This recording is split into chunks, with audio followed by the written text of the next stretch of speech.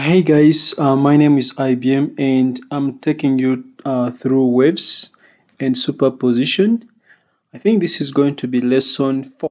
And in lesson 4, we shall just talk about waves on a cathode ray oscilloscope or waves on a c.r.o. That is going to be the most important concept we are going to talk about in this lesson 4.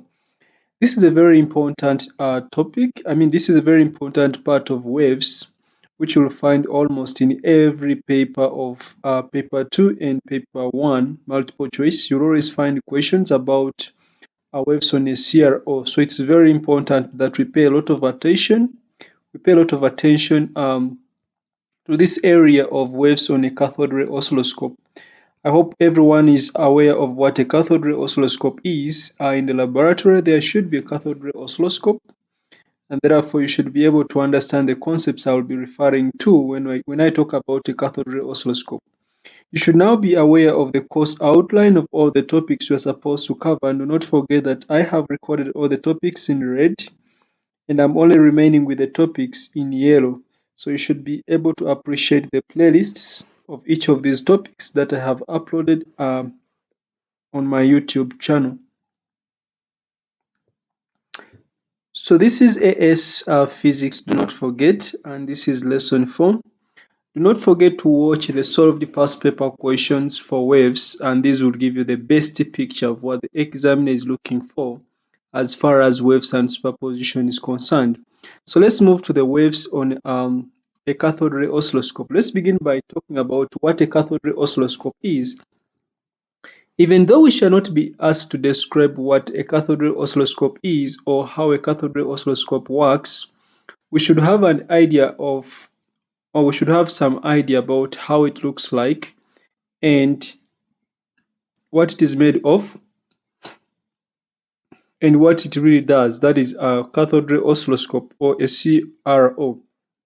In a unit called electricity and DC circuits, we talked about how to measure electric current, and we said if the current is alternating, or if the current rapidly changes, or if the voltage is alternating, or if the voltage is rapidly changing, then we could not use an ordinary ammeter to measure the voltage, neither would we use an ordinary voltmeter to measure the voltage, and instead I said we use what we call a calibrated cathode ray oscilloscope or a calibrated c.r.o. What do we mean by calibrating in this case? To calibrate would mean to be able to know or to be able to turn a cathode ray oscilloscope to specific values to represent what is displayed on its scale. In other words, we shall have calibrations of maybe the horizontal scale, which could be the time-based setting, and maybe the vertical scale, which would be the voltage setting. So an oscilloscope or a cathode ray oscilloscope is an instrument which allows you to look at the shape of electrical signals by displaying a graph of voltage against time on its screen. So the c.r.o displays a graph on the screen, which is a graph of voltage on the vertical axis against time on its horizontal axis. So from the cathode ray oscilloscope, we can only find voltage, which we shall later on call the amplitude. And we shall also find the time, which of course, the time on the x-axis, which will help us to tell the period. And of course, from the period, we shall be able to get the frequency of the wave, which is the same as the frequency of the source. So it's like a voltmeter, but this time it is a voltmeter which shows how the voltage varies with the time. It displays how exactly the voltage varies with the time. Therefore, it is suitable for measuring alternating voltages. So the 1 centimeter grid normally for a c.r.o, the grid on the screen is a 1 centimeter in most cases. That is the calibration we are talking about here. Uh, it is always 1 centimeter by 1 centimeter. So the 1 centimeter grid enables you to find the voltage on the vertical axis and the time from the screen on the x-axis, considering the x-axis, as we shall see later on. So this graph, usually we call it a trace. This graph, or the graph usually called a trace, is drawn by a beam of electrons striking the phosphor coating of the screen, making it emit light, usually green or blue. This is similar to the way a television picture is produced.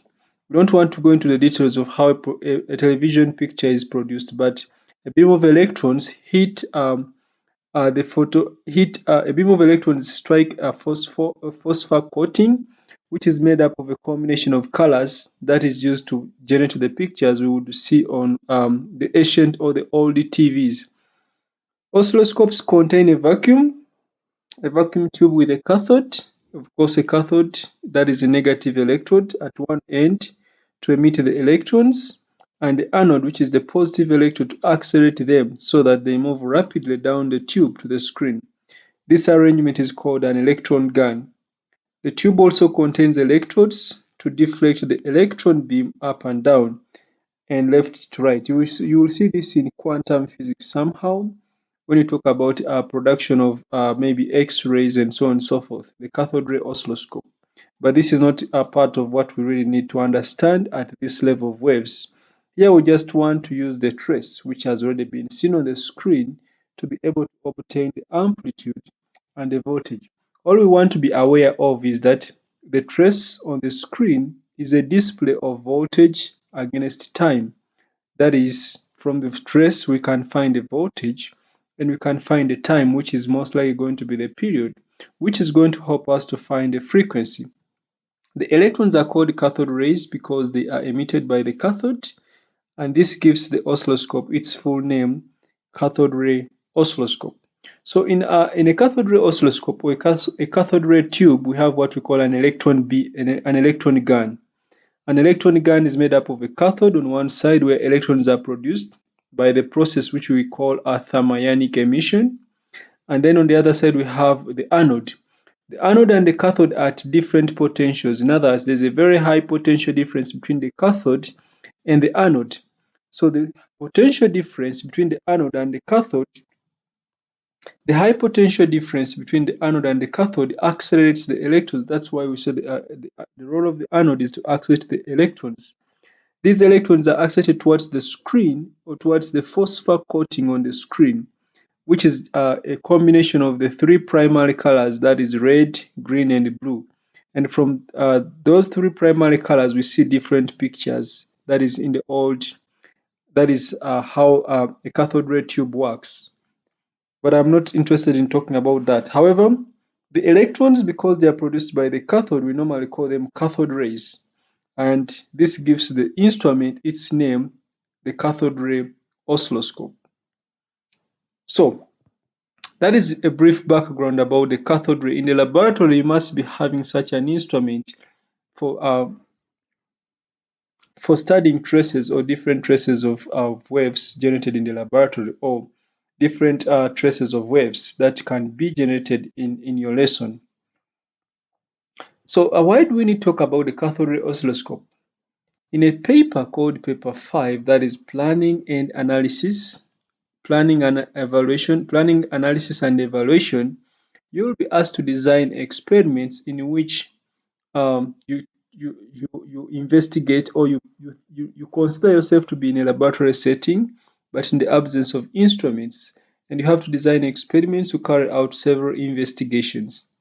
So we need to understand that to determine the frequency of waves, for example, we can easily use a cathode ray oscilloscope.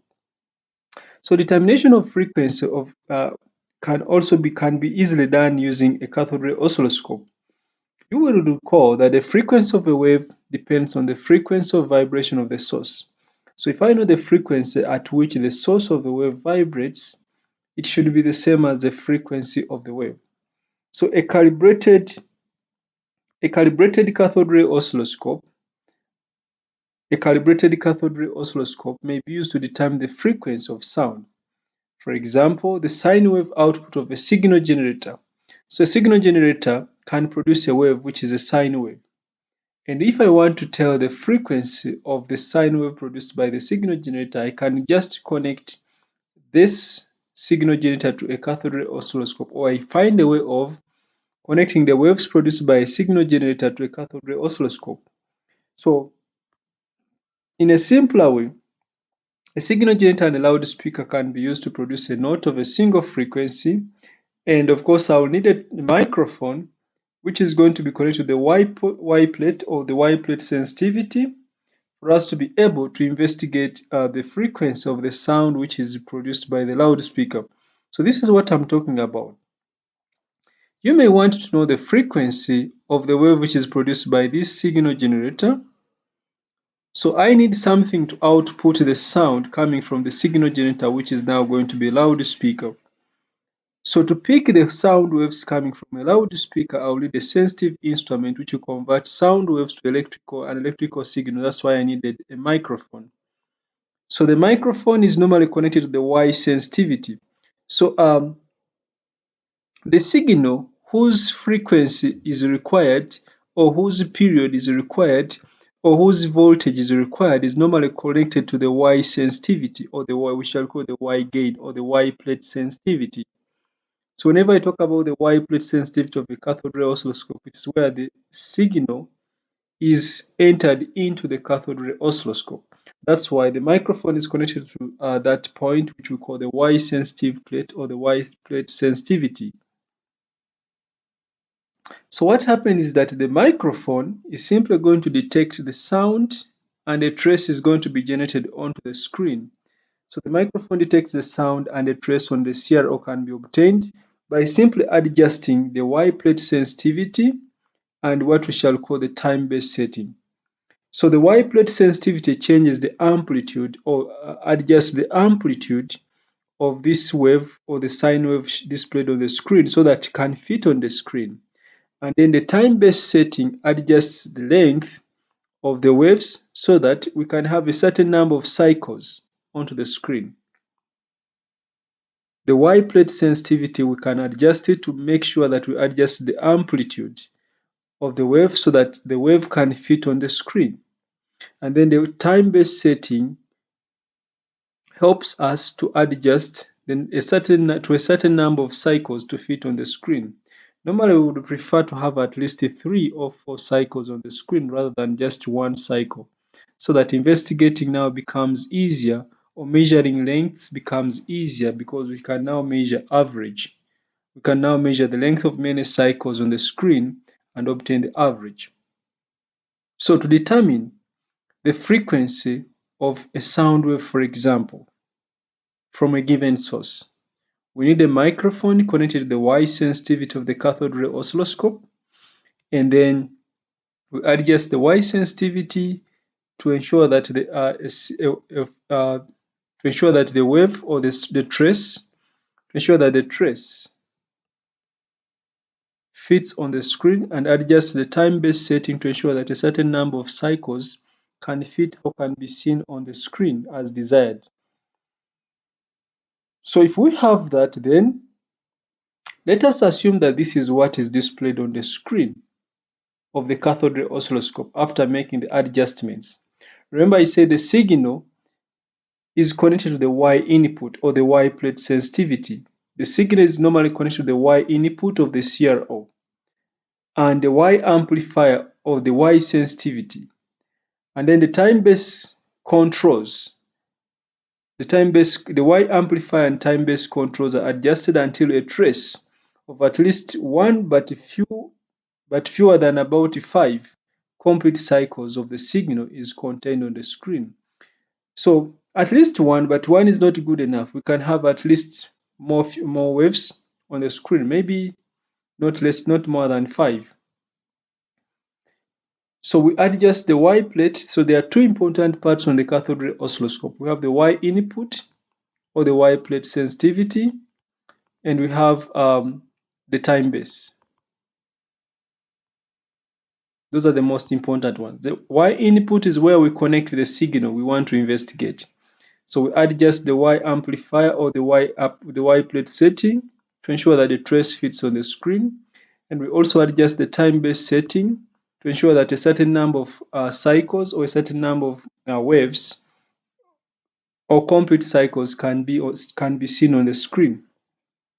We are interested in the distance on the screen between two peaks. The distance L on the grating corresponding to one complete cycle is going to be measured. Of course, it is going to be a good practice for us to measure the distance between several cycles. Remember, if we measure a large quantity, the percentage uncertainty becomes smaller. So instead of measuring the distance between one peak and the next peak, we would measure the distance, the distance or the length of several cycles. So for example, I can measure that is 1 cycle, 2 cycles, 3 cycles, 4 cycles. I can measure the whole length of 4 cycles, then I divide by the number of cycles to get L, where L is just the length of 1 cycle. So it is a good practice to measure the length of say 4 cycles and then divide by 4 so as to obtain an average value of L. This reduces the percentage uncertainty in our measurement. Whenever you measure a large quantity, the percentage uncertainty is smaller. Then of course we adjust the time-based setting. The time-based setting is used to determine the time period T and the frequency F of the sound. So we shall use the time-based setting. We adjust the time-based setting and then we can easily find the period T and the frequency F of the sound.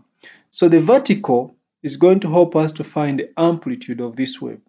And the horizontal is always going to help us because the horizontal gives us the number of cycles. It's going to help us to find the period and the frequency. So let's say the time-based setting has been given as X or has been set to X on the screen, on the machine. Then the period is going to be represented by the length representing 1 cycle or the length of 1 cycle L times the time-based setting. Because the time-based setting shows what 1 centimeter, for example, represents on the screen. So if I put the time-based setting to 2 centimeters, 2 seconds per centimeter, so it means I can find the period from the length representing 1 cycle and the time-based setting. Of course, we know that frequency is the reciprocal of the period. So if I know the period, then I can find the reciprocal of the period to find the frequency. Then the Y input setting or the Y plate sensitivity, I'm going to assume that is Y. If I know the Y plate setting or the Y plate sensitivity, then I can find the amplitude from small letter a times Y, where a is a representation of the amplitude on the screen and the Y is the setting. The Y input setting is normally going to help us to find amplitude. It's like a calibration to help us to find the amplitude. It shows what, for example, 1 centimeter represents in terms of amplitude on the screen. So A is the vertical distance which is always measured from the equilibrium position. A few things we need to note from what I have just mentioned here. If we consider a graph of voltage against time like we have seen on the screen, so remember the representation of waves, the general representation of waves using a displacement time graph. We used a displacement distance graph.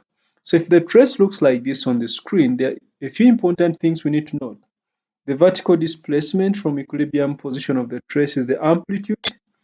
And then on the x-axis, we know that the length, the time for one complete cycle is the period. And then we also have the peak-to-peak voltage, which is the amplitude multiplied by 2. So the trace on an oscilloscope screen is a graph of voltage against time. That is very important. What we see on the oscilloscope screen or the cathode ray oscilloscope screen is a graph of voltage against time. And the shape of this graph is determined by the nature of the input signal. Sometimes we shall see that the input signal gives a shape of this nature, which is a square wave. Sometimes we shall see waves whose shapes are very different. So the shape which is seen on the screen depends on the nature of the input signal. Do not forget that the amplitude or the peak voltage in this case is going to be the maximum voltage reached by the signal. Of course, it will always be measured in volts or millivolts or whatever, depending on our setting. Then the voltage amplitude A is going to be the voltage the representation or the vertical distance, which represents the voltage, times the voltage setting, which is normally in volts per centimeter. That is how we get the voltage amplitude. And remember, I have just said that the period, capital T, is going to be the length representing one cycle on the horizontal axis times the time base setting, where L is the length of one cycle and X is going to be the time base setting. These are going to be very important things to consider when taking a reading from the trace of a cathode ray oscilloscope. Example. Let's consider a trace from a cathode ray oscilloscope like this. Remember, I said the signal which we want to investigate is normally connected to the Y plate sensitivity. So we just adjust the Y sensitivity to a certain value. For example, this one is pointing at this is pointing at, the pointer is here, so it is pointing at 5. It is pointing at 5 volts per centimeter. So the Y plate sensitivity, which I'm going to call Y, is 5 volts per centimeter. Then I will have the time-based setting on the cathode ray oscilloscope, which is here. The pointer is here and it is showing, we are calling the time-based setting X, which is 2 milliseconds per centimeter, because this is in milliseconds per centimeter. So I want us to try and find the period, find the frequency, find the amplitude. So when you look at the trace, which is seen on the screen, you notice that the peak to peak, the peak to peak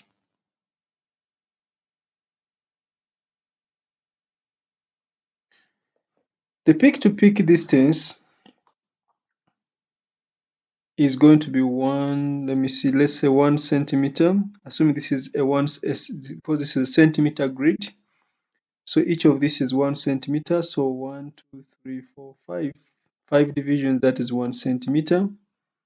1, 2, 3, 4, 5. Those are 2 centimeters. 1, 2, 3. And down here we have 4, 5. Those are 3 centimeters plus 1 small division. So it means 1 division is going to be 1 divided by 5, which is 0.2. So it means the peak to peak is going to be 3.2 centimeters. So that means the vertical displacement from equilibrium position, which is going to be the amplitude, which I called A, is going to be 3.2 divided by 2, which is 1.6 centimeters. So it means the amplitude, the vertical representation of the amplitude on the trace is 1.6 centimeters.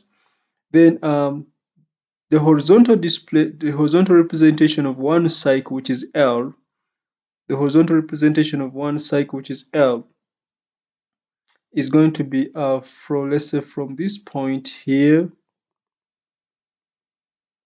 up to this point here.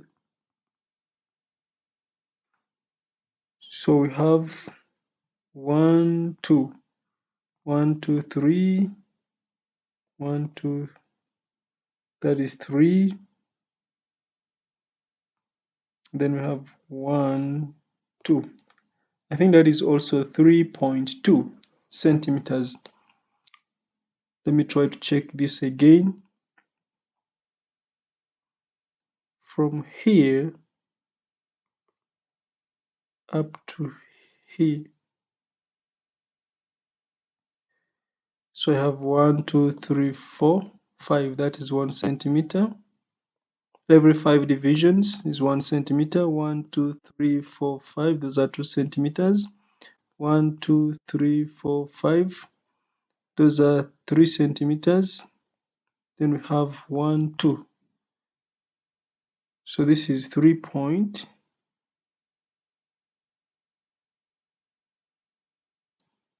That is 3.4. Okay, so this is,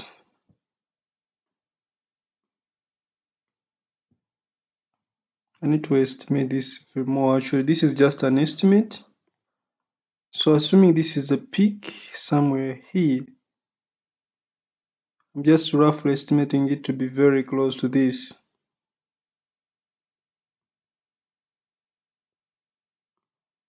And here,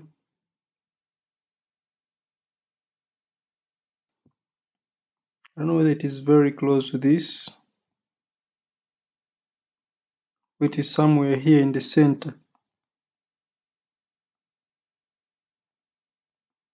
Of course, in an exam, it will easily be seen. So I'm going to just make an estimate. 1, 2, 3, 4, 5. 1, 2, 3, 4, 5. 1, 2, 3, 4, 5. Approximately 3.2 centimeters from peak to peak, approximately. So from that, I can now find the period. Remember, I said a period is going to be the length representing one cycle times the time-based setting, and then the amplitude is going to be the representation, the vertical distance representing the amplitude times the Y gain setting or the Y input setting or the Y sensitivity. So from that, I was able to find the frequency and the period.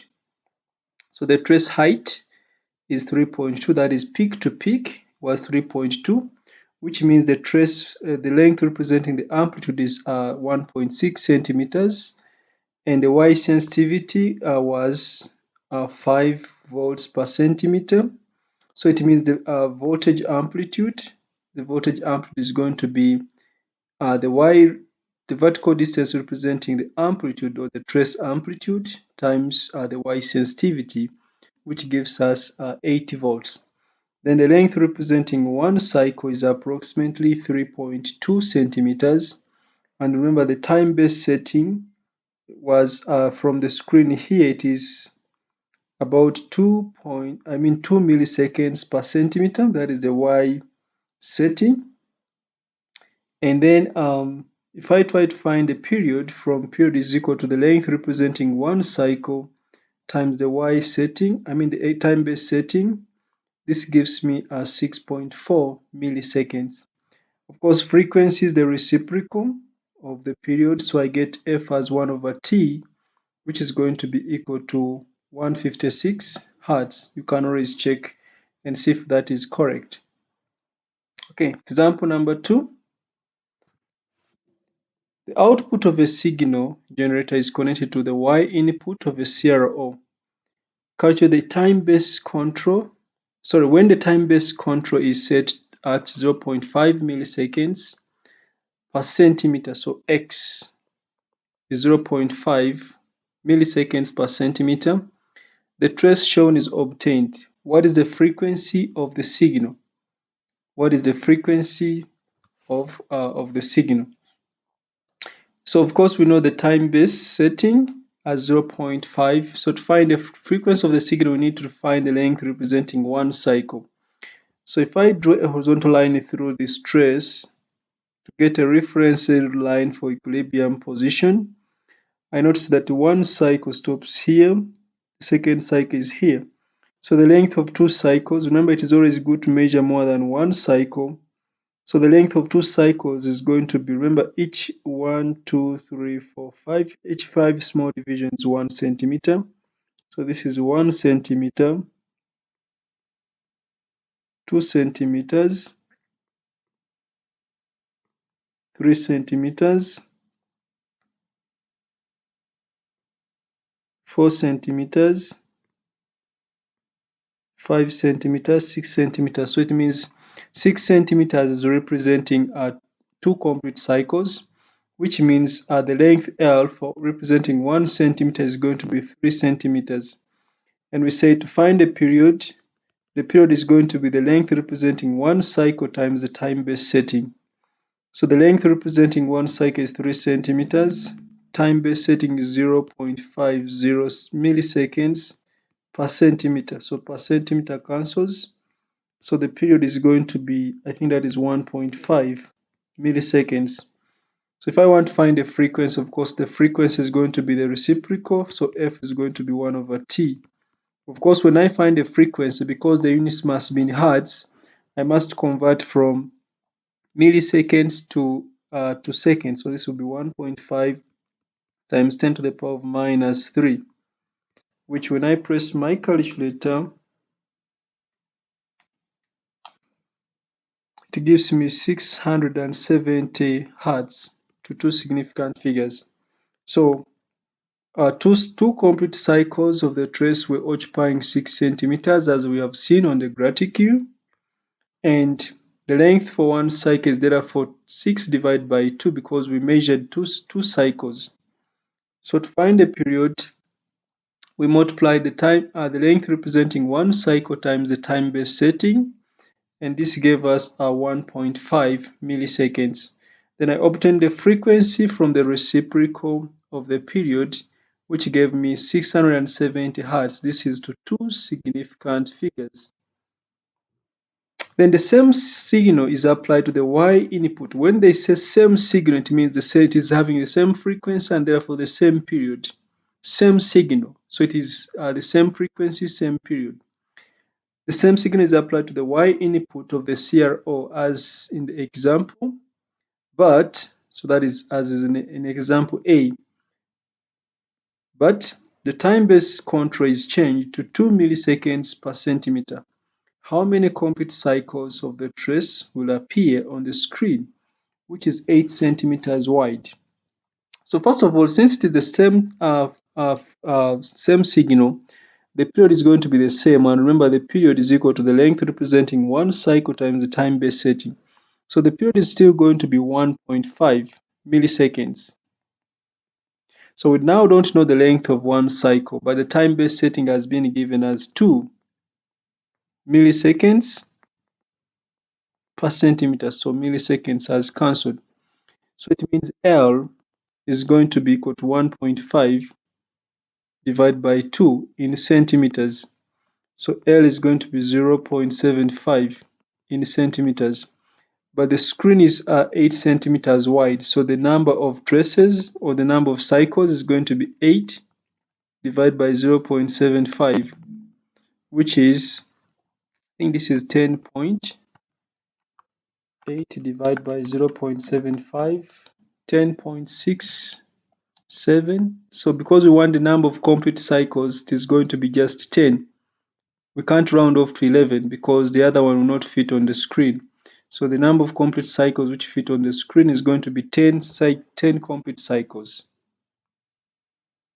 Okay. So I think that example is good enough for us to understand how to use readings from a cathode ray oscilloscope. This setting for a cathode ray oscilloscope used to obtain the trace in the figure above is 2 milliseconds per centimeter, the time for the sound, the time base.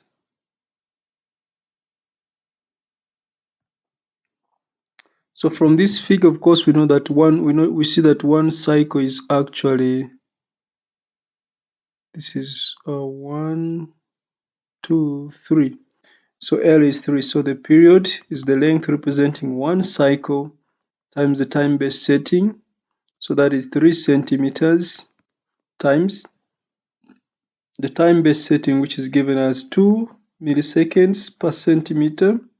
So this cancels out, and this gives us 6 milliseconds, which is the same as 6 times 10 to the power of minus 3 in seconds. And I think that is correct. Then the frequency is going to be 1 over period, which is going to be 1 divided by 6 times 10 to the power of minus 3. Every time you find the frequency, make sure that the period is in seconds. So this gives us 1 divided by 6 exponent negative 3. So this gives us a 167 or 166.7 hertz, or which is approximately 170 hertz. So that is the frequency. I think this is a typing error. The time base on a c.r.o is set to 0.5 milliseconds per centimeter. The trace obtained for a sound wave shows 3 complete periods in 7.2 centimeters. So since the trace is showing 3 complete periods in 7.2 centimeters, it means the length representing one cycle is going to be 7.2 divided by 3. So 7.2 divided by 3 is 2.4. So the length of one cycle is 2.4 centimeters. Capture the period. So period is equal to length representing one cycle times the time-based setting. The length representing one cycle is 2.4 centimeters times the time-based setting, which is 0.50 milliseconds per centimeter. So per centimeter cancels. I think 2.4 times 0.5 is 1.2. Then the frequency is going to be 1 over the period, which is going to be 1 divided by 1.2 times 10 to the power of minus 3. So 1 divided by 1.2 exponent minus 3. So this gives us 833.33 recurring, which is approximately 830 hertz. Okay, now I'm going now to use real examples from past papers, I think. Let me just do one more general example. A loudspeaker produces a sound wave of constant frequency. Outline how a cathode ray oscilloscope may be used to determine this frequency. I think I quoted this from a past paper question. So of course, to find the frequency of sound from a loudspeaker, we need a microphone which is going to pick the signals, and the microphone is connected to the Y setting or the Y input of the c.r.o. Then what do? We adjust the time-based setting so that we have at least more than one cycle. It could be 2 cycles on the screen. So we now measure the length of one of the cycles on the screen, divide by the number of cycles, and then we just find the period from the length representing one cycle times the time-based setting, and then we get the frequency from the reciprocal. So we first connect the terminals of the loudspeaker to the Y input setting or the Y setting. And 2, we adjust the c.r.o until we have at least 2 cycles or more than one cycle, but of course not more than 5. At least 2 cycles on the screen. Then we measure the length of all these cycles. I said it's better to measure the length of more cycles because whenever you measure a bigger quantity, you reduce the percentage uncertainty. So after measuring the length of all the cycles, now we can determine the length of just one cycle, which I called L. And then we note the time-based setting, which I called X. So to find the period, we say the period is the time. The period is the length representing one cycle times the time-based setting.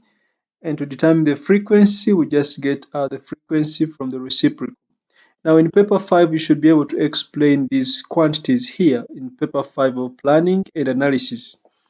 When you talk about measurement of frequency, you should tell the examiner how you are going to find the frequency. For example, you'll multiply the time-based setting with the length representing one cycle on the cathode ray oscilloscope. That is very, very important. Okay, so let's now do real examples which I quoted from past papers, and this will give us a better picture or an understanding of how measurements are taken from a cathode ray oscilloscope. So if you have understood the concept, you can always pause the video and you try to work out and see if you can arrive at the same answer. The diagram shows a square wave. Remember, we said the nature of the wave depends on the nature of the signal. The nature of what is displayed on the screen of the cathode ray oscilloscope depends on the nature of the input signal. So this time the input signal is producing a square wave. A grid of 1 centimeter square covers the screen. So the calibration is 1 centimeter for each box. The time-based setting is 10 milliseconds per centimeter. So the time-based setting is 10 milliseconds per centimeter. So this is going to be our X, the time-based setting. What is the approximate frequency of the square wave? It is just an approximate value. Now that is where the problem comes from. When they say approximate, people are always looking for the exact answer which is there without putting in any common sense. So first of all, we notice that the time, the period is going to be the length representing one cycle times the time-based setting. So our task is going to be to find the length representing one cycle. So let's say I will start, say, from here. Let's say our cycle starts from here. So we are going to move like this, like this, like this. When I come back here, it means one cycle has ended. So that is one cycle. So it means the next is going to be the second cycle. This is going to be a second cycle.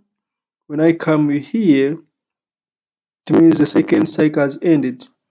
Then it means the next one is going to be a third cycle. When I come here, it means a third cycle has ended. Then so I'm just now going to just count how many cycles are in between 1, 2, 3, 4, 5, 6. So I have okay, I can start from the bottom here. This is 1, this is 2, this is 3, this is 4, 1, 2, 3, 4, 5, 6, 7, 8.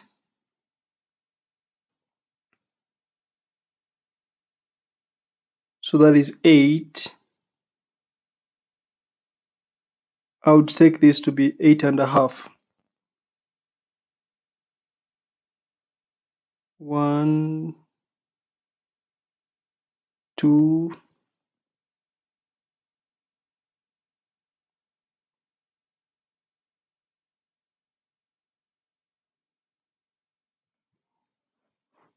so we have seen that this is almost 8.5 squares in 6 centimeters. So we have 8.5 cycles in 6 centimeters. So it means L, which is the length for one cycle, is going to be equal to 6.0 divided by 8.5, or 6 divided by 8.5, which is 6 divided by 8.5. Okay, let's say this is the length. Let me just quote this centimeters. So the period is going to be L, which is 6.0 divided by 8.5 times x, which x is 10. Remember, this was in centimeters, the other is in milliseconds per centimeter. So the answer here is going to be in milliseconds. So it means the period is going to be equal to 60 divided by 8.5 milliseconds, which is the same as 60 times 10 to the power of minus 3 divided by 8.5. This is now in seconds. So if I want the frequency, I'm just going to get the reciprocal. So the frequency is going to be equal to 8 or 1 over t, which is 8.5 divided by 60 times 10 to the power of minus 3 in hertz. So let me just say 8.5 divided by 60 exponent minus 3. So this is giving me 141.7, or approximately 140 hertz. So that means the answer is going to be B. Now the task is just the biggest problem is just to find what length represent one cycle from such a given trace, which I'm very certain a lot of people cannot do that. A lot of people will not be able to identify what one small square, what one cycle is. But alternatively, if I look at this box here, for example, somebody will see that this box is occupied by 3 parts. There are 3 parts of the cycle here. 3 parts of the cycle occupying 1 centimeter. So this is 1, 2, 3 parts of the cycle. And one complete cycle is taking only 2 parts. So it's like If if 1 centimeter has three parts,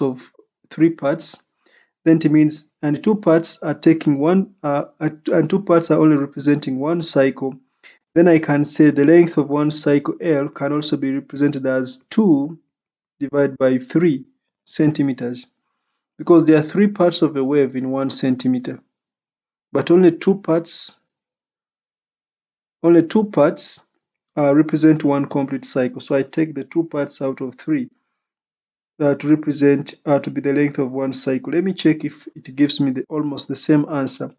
So if length is 2 over 3 centimeters, so the period is going to be 2 over 3 times 10, which is going to be 20 divided by 3. This is going to be in milliseconds. Then I change it to seconds to be 20 times 10 to the power of minus 3 divided by 3. Then I find the frequency as 3 divided by 20 times 10 to the power of minus 3. Let me check what this gives me. 3 divided by 20 exponent minus 3. So this gives me 150, and the nearest value to 150 is going to be 140. So still it is almost the same, but this is going to be what I did first was the best approach. So I would ignore the second one, even though it gives almost the same value.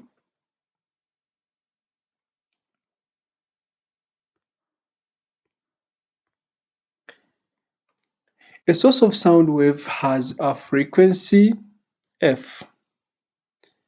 Sound of wavelength lambda is produced by the source. State what is meant by the frequency of the source. Of course, we know what frequency means. Frequency is actually the number of oscillations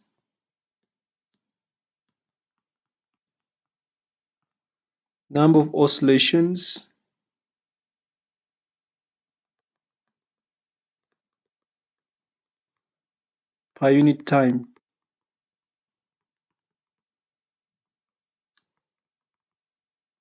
Avoid defining frequency as number of oscillations per second. Frequency is the number of oscillations per unit time. That is frequency.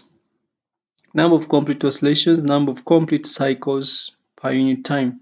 State the distance moved in terms of lambda by a wavefront during n oscillations. So if wavelength is the distance moved by a wavefront in one oscillation.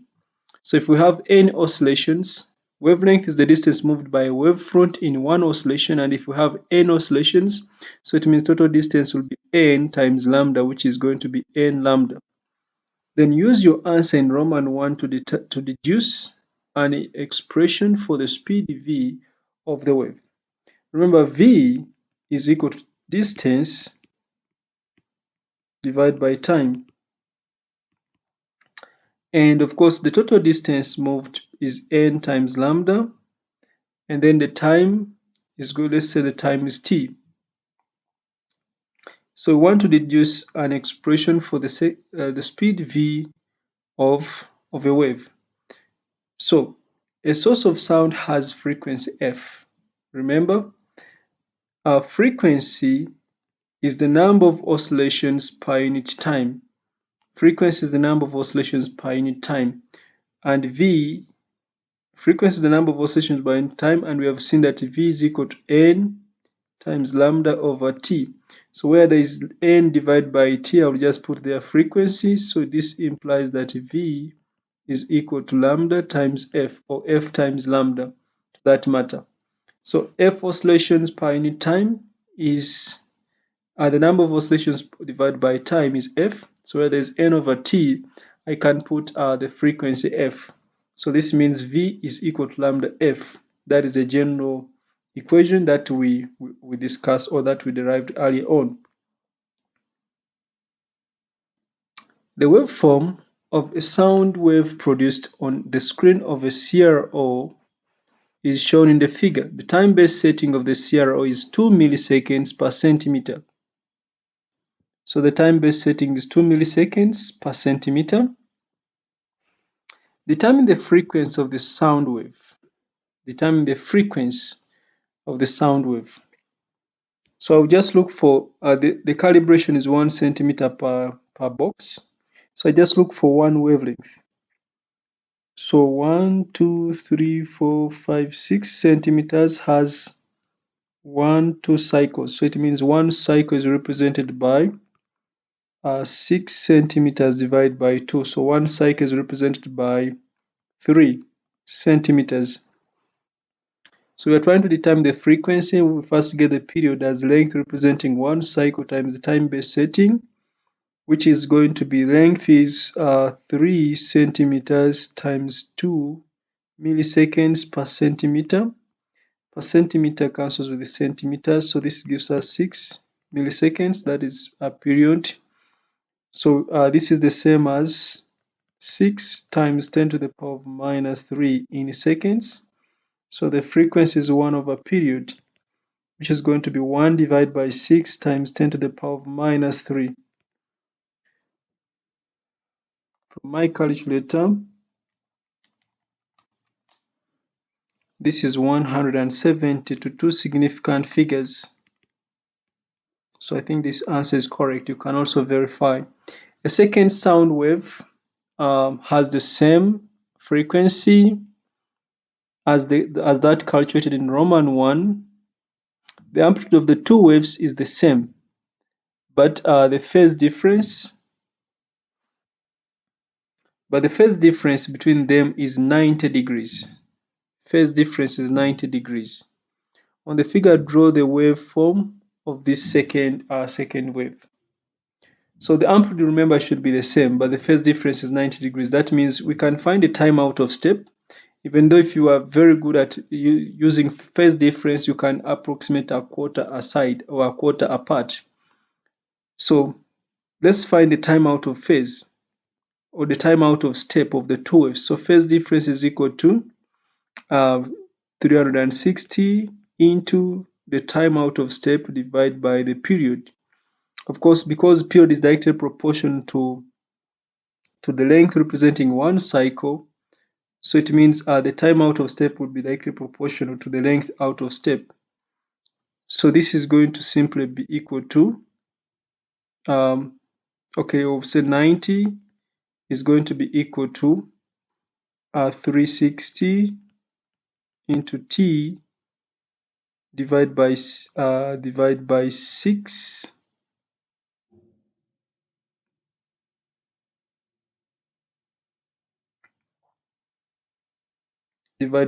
but of course, because the time base t is directly proportional to L, I'll know that let me first find it. T, the time out of step.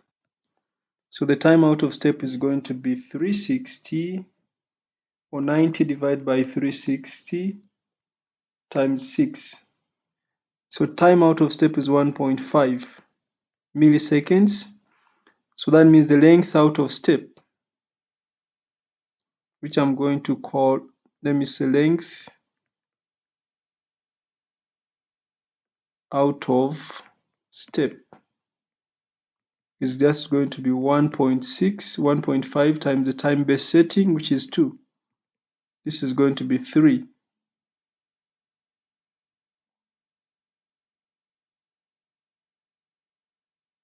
Now I think it is not necessary to use time here. I'll just use length out of step.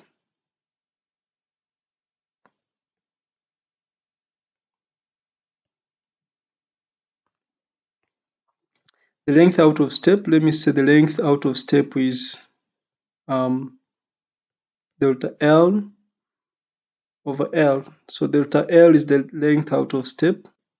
Then L is the length of one cycle was 3 centimeters. So I want delta L, which is the length out of step, which is going to be 90 divided by 360 times 3, which is equal to 0.75 centimeters. So one wave must be ahead or behind the other by 0.75 centimeters. Remember, one small square represents 1 centimeter. So I have to divide this 1 centimeter into 3 equal parts. So because 0.75, it means I'm only remaining with 0.25 to get 1 centimeter. So 0.75, let me say if I start from, let's say starting from here, moving backwards, 0.75 is going to be here. Okay, let me move forward. Let me put it ahead. So putting the wave, the second wave ahead,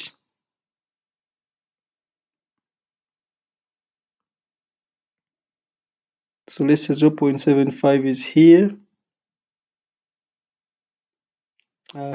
For this one, 0.75 is around here. Beyond the center, 0.75 is around here. Then for the peaks, from here to here, it is 1 centimeter. So 0.75 must be around here. From here to the center is 1 centimeter. 0.75 must be around here. So if here this was 1 centimeter, 0.75 must be around here, less than halfway. So I'm going to just draw a sketch.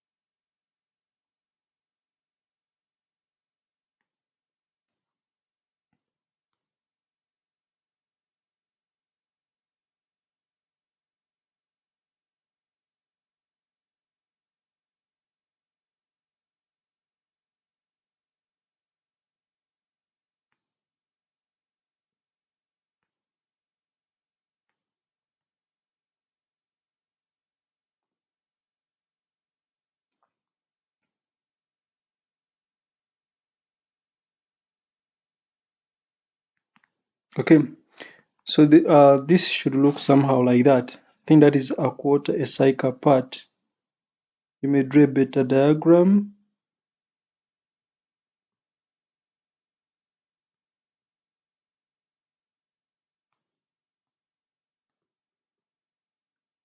So that is how the wave will look like. I've even worsened it. I need to erase this to make it better.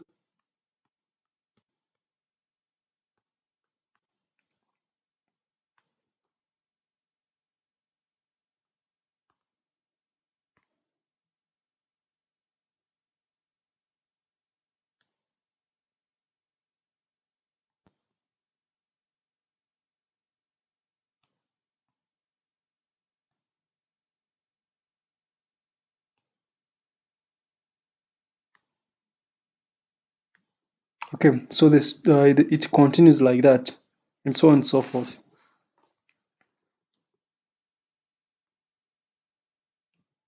The diagram shows a trace of a wave or a c.r.o. The vertical and horizontal grid lines have spacing of 1 centimeter, so that is the calibration. What are the amplitude and period of the wave? So for amplitude, we just measure. Okay, we have peak to peak. It is 1, 2, 3. So peak to peak is 3 centimeters. So the amplitude of the trace is 3 centimeters divided by which is 1.5 centimeters. But we have to multiply this by the voltage scaling. So that means the voltage amplitude is going to be the amplitude of the trace times the voltage scaling. So it is 1.5 times the voltage scaling, which is 4.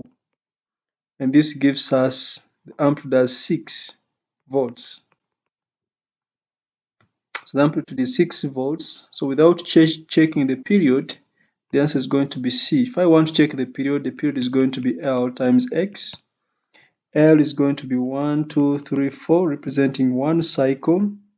So we have 4 centimeters times the time scaling, which is 5 milliseconds per centimeter, which gives us 20 milliseconds. As simple as that. So the answer is going to be C.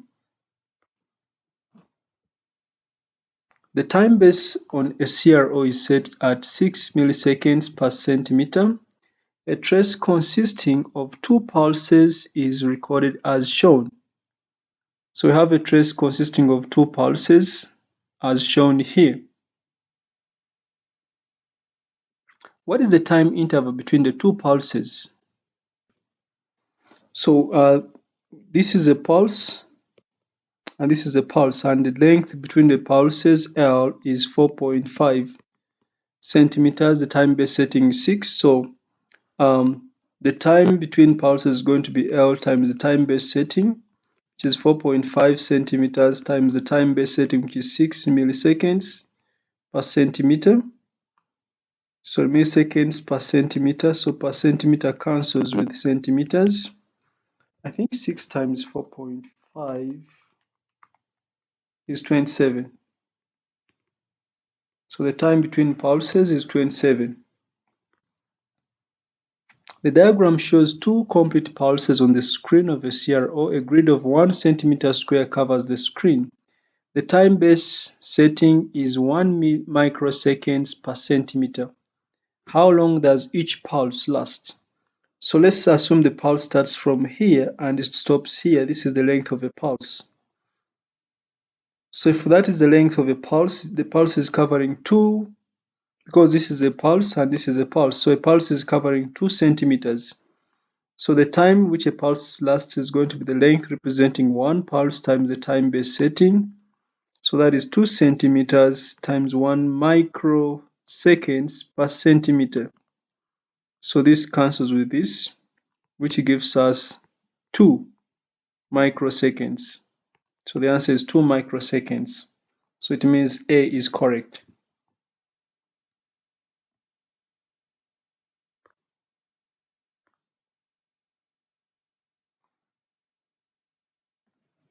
The Y input of a c.r.o. are connected to a supply of amplitude of 5 volts and frequency 50 Hz. The time base is set to 10 milliseconds per division.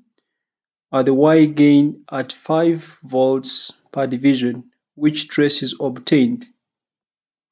So since we know the supply has an amplitude of 5 volts and the Y gain is 5 volts per division, so it means the voltage, the amplitude is the same as A. The voltage is the same as A because voltage amplitude is the same as the trace amplitude times Y. So if this is 5 and the other one is also 5, it means Y should be 1 centimeter. So Y setting or Y, I mean, sorry, the Y setting is 5. Sorry, this is going to be A times 5, not 5 times Y. So the Y setting is 5.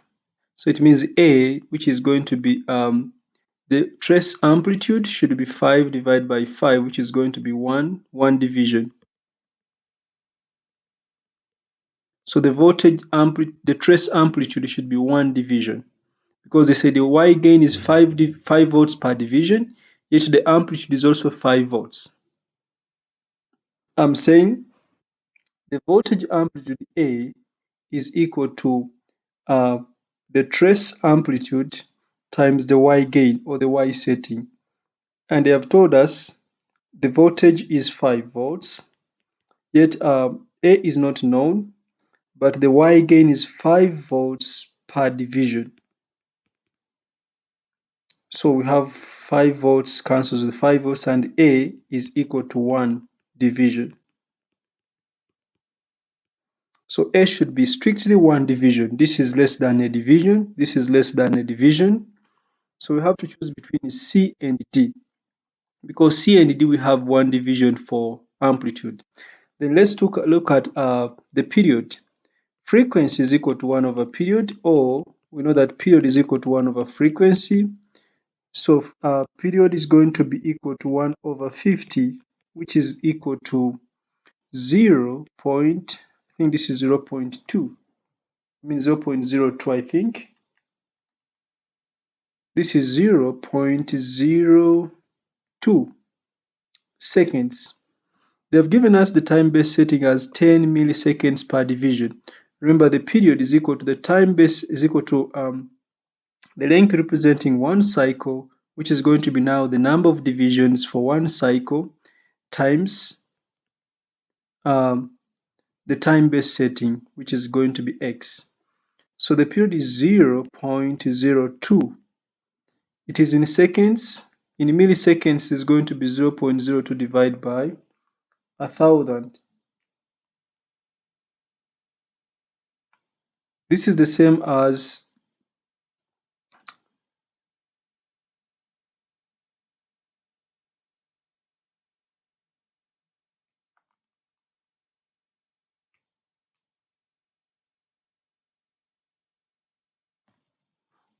this is the same as 0.02 divided by a milli is 10 to the power of minus 3, I think. And I think this gives us 20 milliseconds. Yeah, 20 milliseconds. So I'll just say 20 milliseconds equals to the length representing one cycle times the number of the time-based set, which is 10 milliseconds per division. So milliseconds has cancelled, and we see that L is going to be 2 divisions. So L is going to be represented by 2 divisions. So it means C is wrong because one cycle is represented by one division. You see that here one cycle is fitting in one division. Yet one cycle should fit in 2 divisions as represented by D. So this is going to be correct. A c.r.o is connected to an alternating voltage. The following trace is produced on the screen. Oscilloscope time-based setting is 0.5 milliseconds per centimeter, and the Y plate sensitivity is 2 volts per centimeter. So the Y plate is 2 volts per centimeter. What statement about the alternating voltage is correct? Okay, let's check the amplitude to see if it is 3.5. The voltage amplitude. Voltage amplitude is equal to the trace amplitude times the Y setting. So they gave us the Y plate setting as 2 volts. From the screen, if I draw a horizontal line through here to act as a reference, so we have 1, 2, 3.5. So the voltage amplitude is going to be 3.5, that is 3.5 centimeters, times the voltage setting, which is 2 volts per centimeter. So it means the voltage amplitude is going to be equal to 7 volts. So that means this is wrong. A is wrong. Frequency. Frequency is going to be 1 over period, which is 1 over the period is length times the time-based setting. So the frequency is going to be 1 divided by L. The length of one cycle is 1, 2, 3, 4 centimeters. So 4 centimeters times the time-based setting, which is 0.5 milliseconds per centimeter. I mean milliseconds per centimeter, where per centimeter cancels, but I have to change this to seconds. So frequency is going to be 1 over 4 times 0.2 is 2 milliseconds, but it will be times 10 to the power of minus 3 to change it to seconds. So 1 divided by 2 exponent minus 3. So this is 500 hertz. And 500 hertz is the same as 0.5 kilohertz. So it means B is correct. The display on a c.r.o shows the signal produced by an electronic circuit. The time base is set to 5 nanoseconds per division. the Y gain at 10 volts. So this is X and this is Y. What is the frequency of the signal? So we notice that if I start from here up to here, one cycle is taking 1, 2, 3, 4 divisions. So L is equal to 4 divisions. And I want to find the frequency. Frequency is equal to 1 over period, but the period is going to be L times X. So it will be 4 divisions times X, which is 5 nanoseconds per division. So per division has cancelled. So you get 20 nanoseconds, which is the same as 20 times 10 to the power of minus 9. So the frequency is going to be 1 over 20 times 10 to the power of minus 9.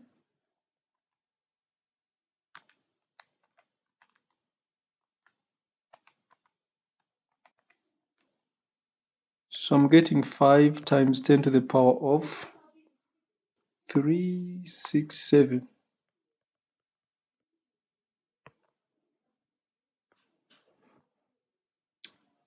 A whale produces sound waves of frequency 5 Hz. The waves are detected by a microphone and displayed on an oscilloscope. What is the time base setting on the oscilloscope?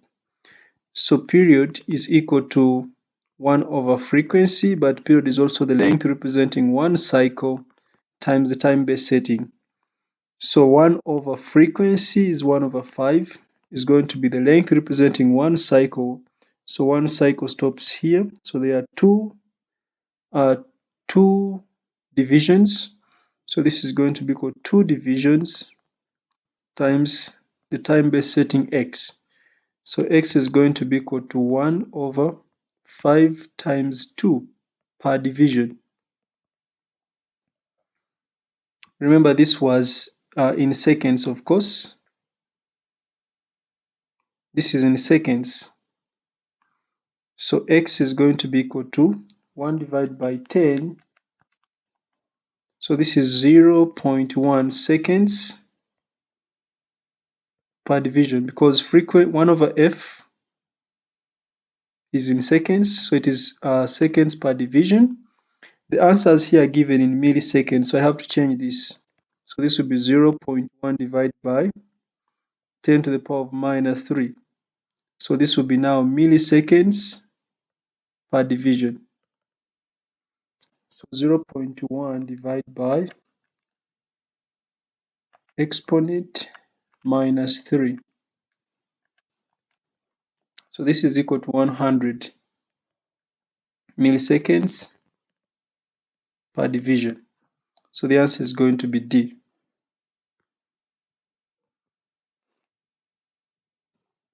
The following trace is seen on the screen of a c.r.o. The setting of the time base is then changed from 10 milliseconds per per centimeter to 20 milliseconds per centimeter. And the Y plate sensitivity remains constant. So the Y plate sensitivity remains constant, which means the amplitude is going to remain constant. Which trace is now seen on the screen? So let's start with the last part where the Y sensitivity remains constant. Remember, the voltage amplitude is equal to the trace amplitude times the Y plate sensitivity.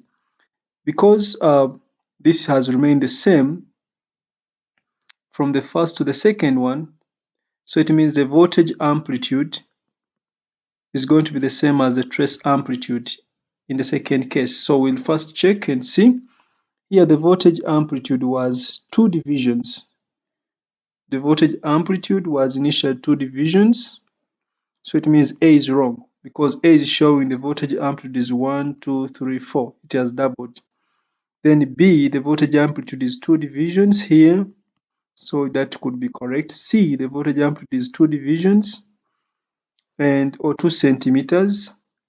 D, the voltage amplitude is, if I draw a horizontal line here, it is 1, 2, 3, 4. So this is also wrong, because since the Y plate sensitivity has remained the same, then we expect the voltage amplitude to remain the same. Therefore, the trace amplitude should also remain the same. So we have limited A and D, so we have to look at B and C and see what has happened, which one is correct. So the setting of the time base is then changed from 10 milliseconds per centimeter to 20 milliseconds. So for the first one, we had it was 10 milliseconds, and notice that the period is L times X. So for the first one, the period was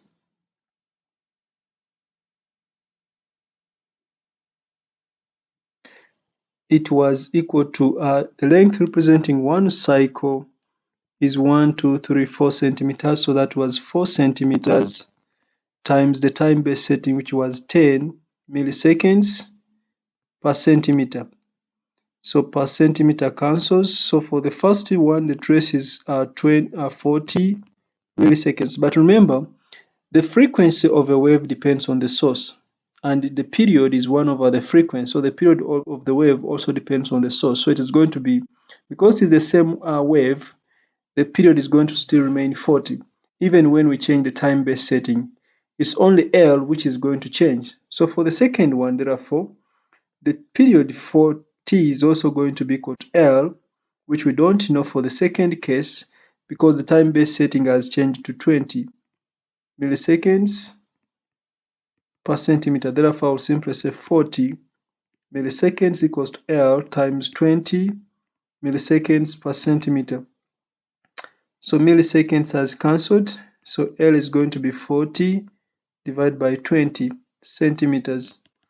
So this gives us 2 centimeters. So it means the length representing one cycle should be 2 centimeters, which is going to be 2 boxes.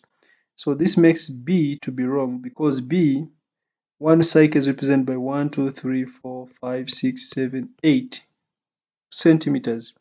Yet should be represented by 2 centimeters, which makes C to be correct because in C, we notice that one cycle is only this one here, which is 2 centimeters. The c.r.o displays a square wave as shown in the diagram. The time-based setting is 0.2 milliseconds per division. In other words, one division is representing. So what is the frequency of the square wave? So to find the frequency is going to be equal to 1 over the period. So we first find the period. We have to look for one cycle. So if we start from this point here, the next time we come to a similar part of the curve or the wave, then we shall be starting another cycle. So this is going to be one cycle up to here. So after here, the wave repeats itself. So one cycle stops here. So the length representing one cycle is going to be 1, 2, 3, 4, 5, 6 boxes or 6 divisions. So L is going to be 6 divisions. So the period is going to be 6 divisions times the time-based setting, which is going to be 0.2 milliseconds per division. So this cancels out, and this gives me a 1.2 milliseconds. So the period is going to be 1.2 milliseconds. So the frequency is going to be 1 over. So this is the same as 1.2 times 10 to the power of minus 3. So this is 1.2 times 10 to the power of minus 3. So from my calculator, this will be 1 divided by 1.2 exponent minus 3, which gives me 833.33 recurring, which is approximately 830 hertz. So it means this is correct. A signal that repeats periodically is displayed on the screen of a c.r.o. The screen has 1 centimeter squares and the time base is set at 2 milliseconds per centimeter. What is the frequency of this periodic signal? So let's say one cycle starts from here. Let's say this is the starting point. The next time we come to something similar to this must be second cycle starting.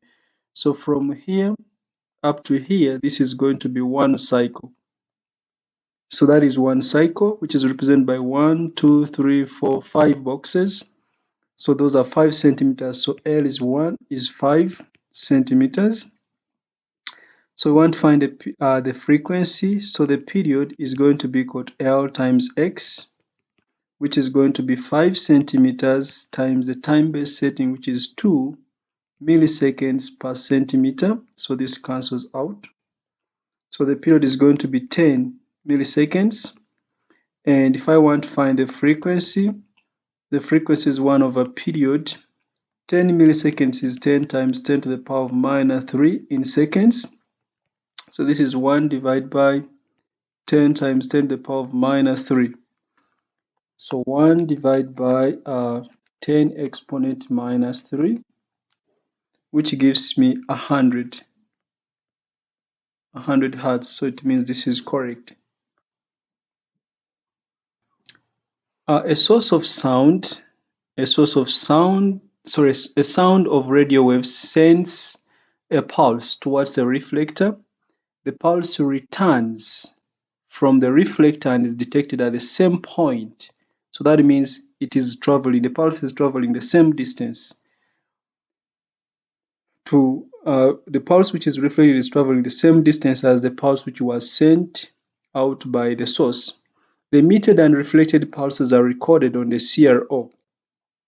So let's say here we have a c.r.o. Here we have a c.r.o. and here we have a reflector.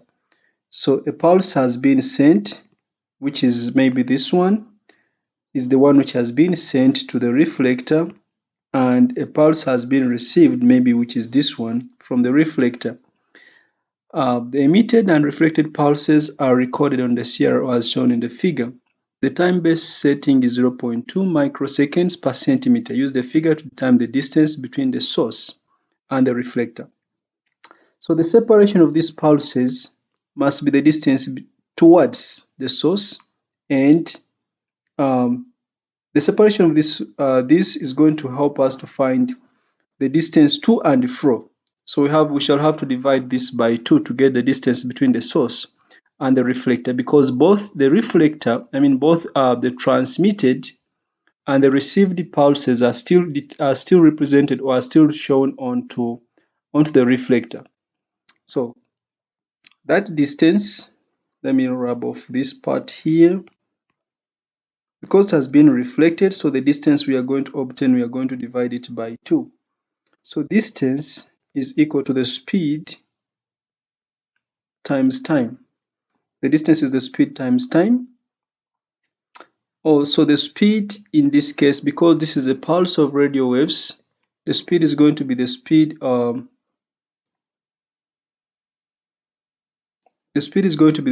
light. Then we only need to find t. So t is going to be equal to the time between the pulses is going to be L times the time-based setting, which is L is going to be 1, 2, 3, 4. Remember, this time is to and fro, because the pulse leaves the source and then it comes back. It leaves the source to the reflector and then it comes back. So this time, the time represented by this separation is twice. So this time is going to be, if I consider from the center of the pulses, by the way, we could also consider from where the pulses stop, from this point to this point. But I will consider from the center of the pulses for simplicity, assuming the maximum of this is the maximum is going to be the easiest way to do this. So L is going to be equal to 1, 2, 3, 4. So that is going to be 4 centimeters times the time-based setting, which is 0.2 microseconds per centimeter. So this gives us 0.8 microseconds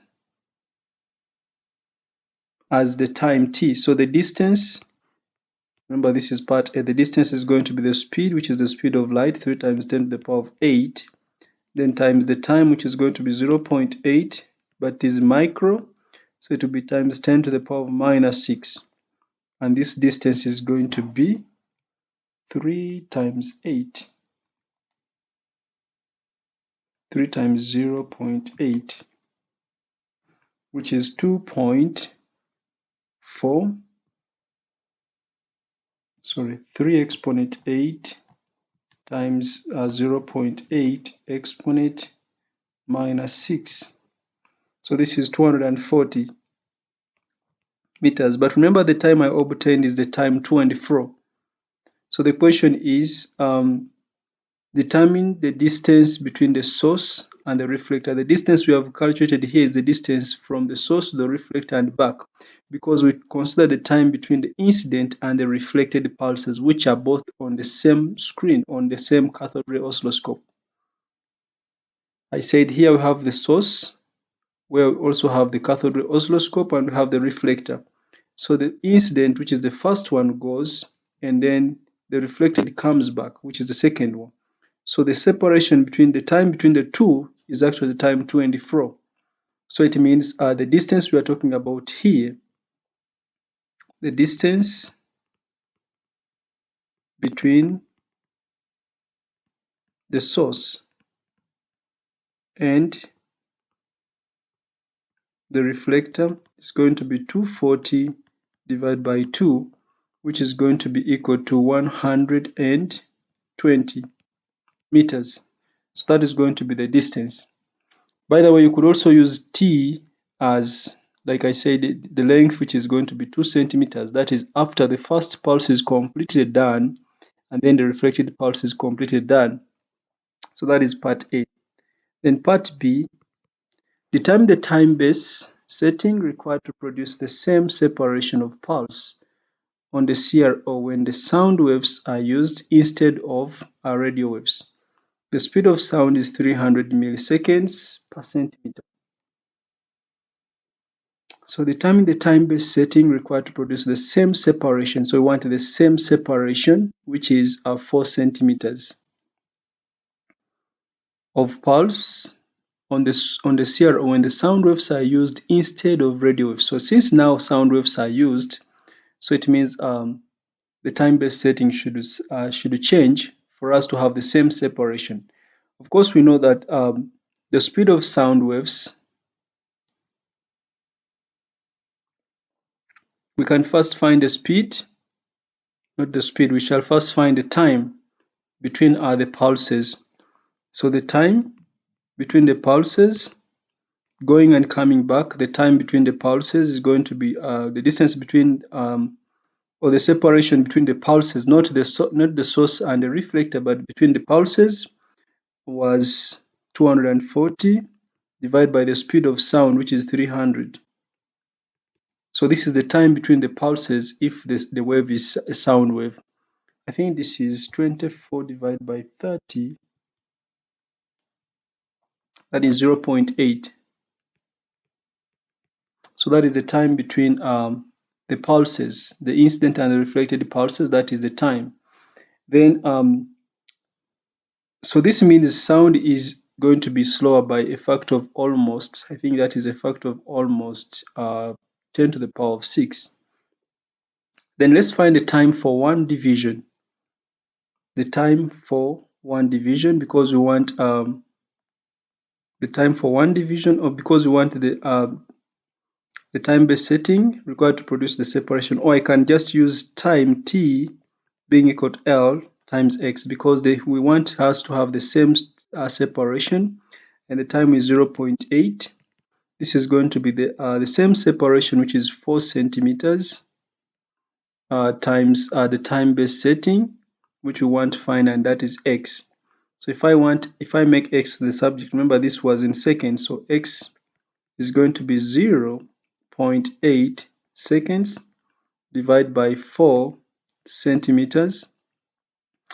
And when we divide 0.8 by 4, I think this gives us 0.2 seconds per centimeter. So that is going to be the value of x, or the new value of the time-based setting that we are talking about. Lastly, I think this should be the last example. A microphone detects a musical note of frequency F. The microphone is connected to a cathode ray oscilloscope. The signal from the microphone is observed on the c.r.o as shown as illustrated in the figure. The time-based setting of the c.r.o is 0.5 milliseconds per centimeter. The Y plate setting is 2.5 millivolts per centimeter. So this is going to be the Y setting. This is the X, the time-based setting. Use the figure to determine the amplitude of the signal. So I'll just draw a horizontal line through, or I can determine the peak to peak. Peak to peak. So peak to peak. So I have 1, 2, 3, 4, 5, 6, 7, 8, 9, 10, 11, 12, 13, 14, 15, 16, 17, 18, 19, 20, 21, 22. So there are 22 small squares. 22 squares. Remember, 5 squares, that is 1 centimeter. So 22 squares is going to be, so we are trying to find the trace amplitude is going to be 22 squares divided by 5. Then I divide this by 2 because this is peak to peak. 22 squares divided by 5. 22 divided by 5, then divide by 2. So this is going to be 2.2 centimeters. That is the peak amplitude. That is just this one here. It is 22 divided by 5 because 5 small squares is 1 centimeter. Then 22 squares equals 22 divided by 5 in centimeters. Then the peak amplitude, the trace amplitude is going to be 2.2 centimeters. But then the Y sensitivity or the Y setting is 2.5. So the amplitude A is going to be equal to the amplitude, the trace amplitude times the Y setting. The trace amplitude is 2.2 times the Y setting, which is 2.5, which gives us 2.2 times 2.5, which is 5.5 millivolts. So I think this is correct because this was in centimeters and this was in millivolts per centimeter. So per centimeter is cancelled out. Okay. So the first one is correct. Then the frequency f is equal to 1 over the period. And they gave us the, and the period is equal to L times X, where L is the length representing one cycle or one complete cycle, and X is going to be the time base. X is going to be the time base setting. So if X is the time base setting, then I have to find L. So I'm just going to consider peak to peak. So 1, 2, 3, 4, 5. That is 1 centimeter. 1, 2, 3, 4, 5. Those are 2 centimeters. 1, 2, 3, 4, 5. Those are 3 centimeters. 1, 2, 3, 4, 5. Those are 4 centimeters. So L is 4 centimeters times the time base setting, which is 0.5 milliseconds per centimeter. So the period is going to be 2 milliseconds, and the frequency is going to be equal to 1 divided by 2 times 10 to the power of minus 3. I think this is not 5. These are 1, 2, 3, 4. This is not enough. These are not 5. So this is not this is less than 5. So I have to look for a better point now. Let me look for another point for me to be able to find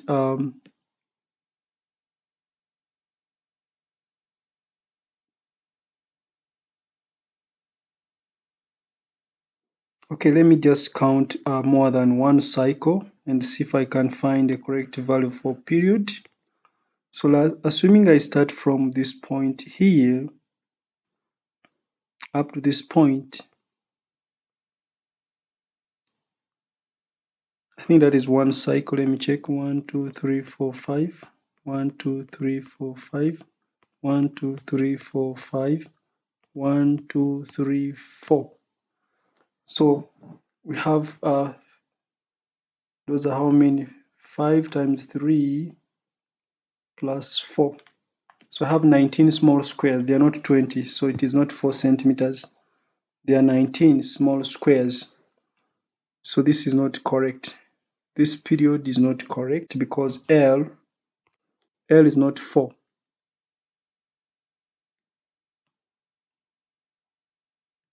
We have 19 small squares representing one cycle.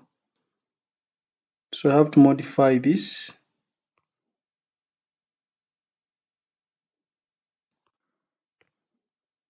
So 19 squares equals to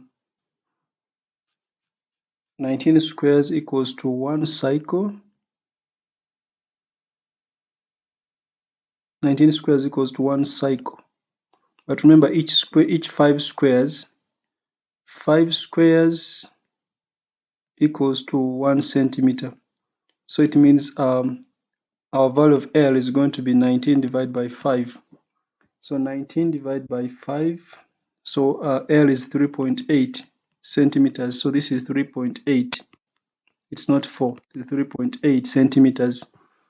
So that means this means that I'm going to have my period as 3.8 times the time-based setting, which is 0.5. And this gives me 1.9, I think, milliseconds. So that is times 10 to the power of minus 3 in seconds. So the frequency is going to be 1 divided by 1.8, not 1.9 times 10 to the power of minus 3. So 1 divided by, open brackets, 1.9 exponent minus 3. So the frequency is going to be 526.3 Hertz. So I think that is correct. Then the actual uncertainty in F caused by the reading. I don't have enough space here, but I'll have to use this same page. The actual uncertainty for the reading. When we say actual uncertainty, that is the absolute uncertainty. So let me just change the color because I don't have space. So we have seen that the length representing or the time period scaling L was 3.8 centimeters. And the period is 1.9 times 10 to the power of minus 3 seconds. So if I want the actual uncertainty,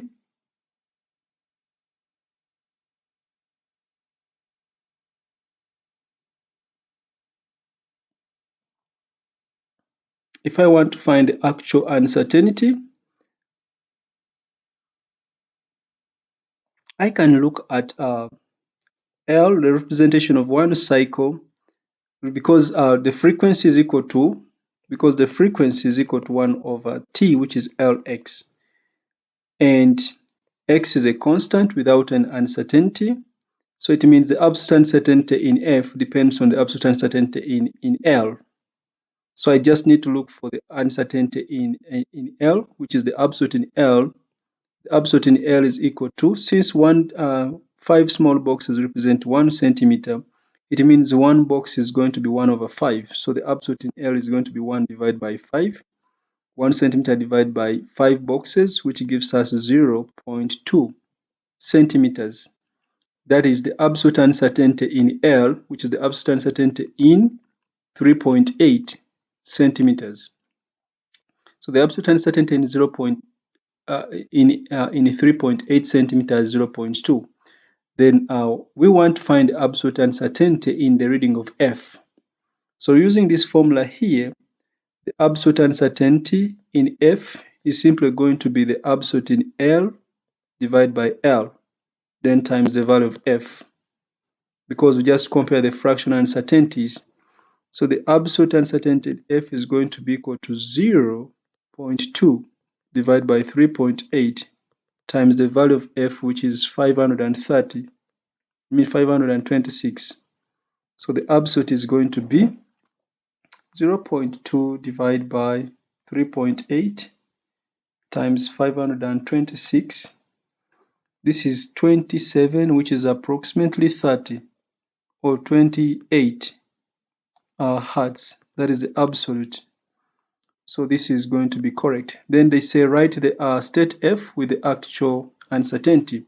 So in that case, we must write the absolute to one significant figure. So absolute in F is going to be approximately 30 hertz. And it is ending with 10, so we shall make the value of F to also end with 10. So F, which was 526, will now be 530 plus or minus 30 hertz. So that will be the final answer to Roman 2, which is that.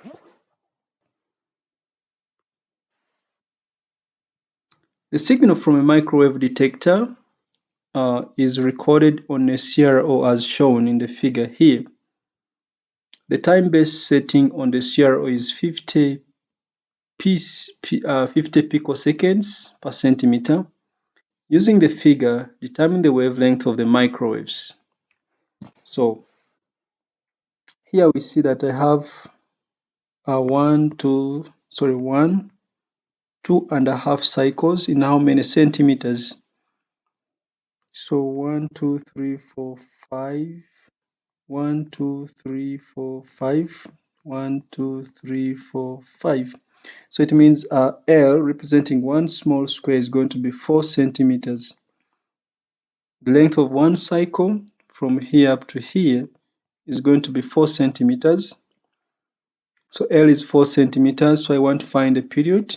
Period is going to be L times X, where L is 4 centimeters times the time-based setting, which is 50. Because we are determining the wavelength,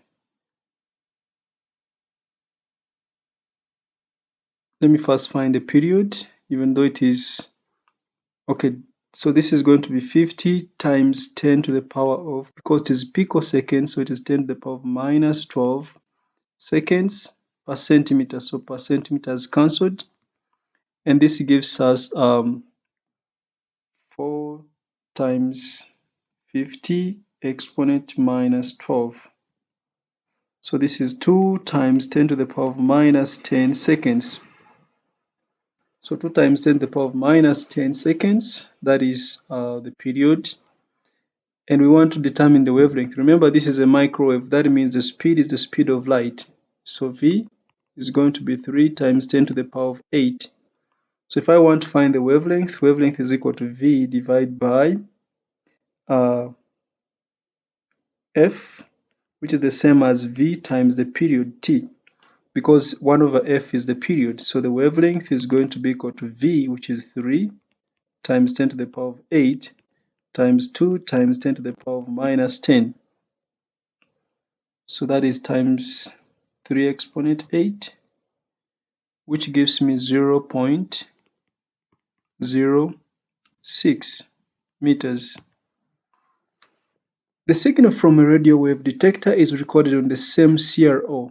The wavelength of the radio waves is 1.5 times 10 to the power of minus 1 meters. Determine the time-based setting required to display the same number of oscillations on the c.r.o as shown in the figure above. So we want to display the same number of oscillations. These are 1, 2.5 oscillations. So by this time we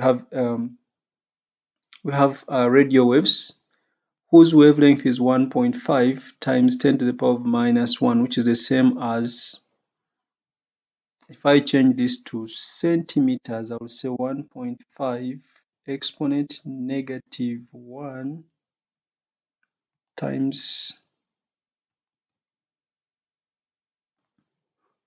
Okay, so if we have the same number of waves, it means L has not changed. So L will still remain at 4 centimeters. I don't need to change this, I think, to centimeters. Let me just use wavelength equals to the speed V divided by O times the period T. The wavelength lambda is equal to the speed V times the period, Remember, the period is equal to L times X. So this is V times Lx.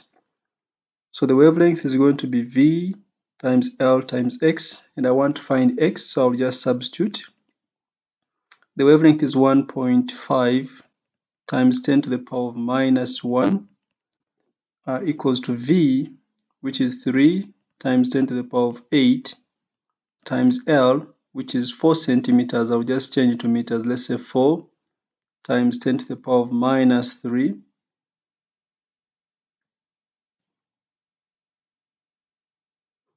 to make it meters. Sorry, minus 2 to make it in meters.